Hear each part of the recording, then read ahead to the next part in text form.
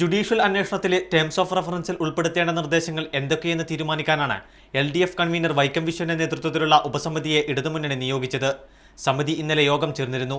ഇന്ന് രാവിലെ വീണ്ടും യോഗം ചേർന്നാണ് നിർദ്ദേശങ്ങളുടെ കരടിന് രൂപം നൽകിയത്.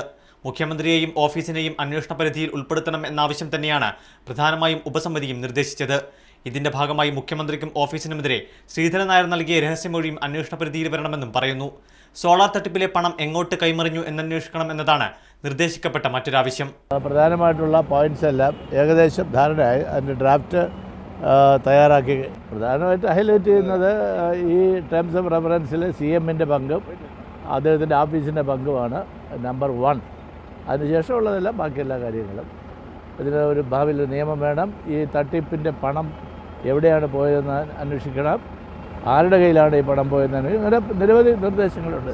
കേസ് അന്വേഷണവുമായി ബന്ധപ്പെട്ട് പോലീസ് ശേഖരിച്ച ഫോൺ രേഖകൾ വിശദമായി പരിശോധിക്കണമെന്നും LDF ആവശ്യപ്പെട്ടേക്കും. അതേസമയം മറ്റു മന്ത്രിമാരുടെ പങ്കിനെക്കുറിച്ച് അന്വേഷിക്കാനുള്ള നിർദ്ദേശങ്ങളൊന്നും തന്നെയില്ല. കരട് നിർദ്ദേശങ്ങളുടെ പകർപ്പ് ഇടതുമുന്നണിയിലെ എല്ലാ പാർട്ടി സെക്രട്ടറിമാർക്കും വിതരണം ചെയ്യും. നിയമവിദഗ്ധരുടെ ഉപദേശവും തേടും. ശേഷം അന്തിമ നിർദ്ദേശങ്ങൾ 2 ദിവസത്തിനകം സർക്കാരിന് സമർപ്പിക്കും. മീഡിയ 1 തിരുവനന്തപുരം.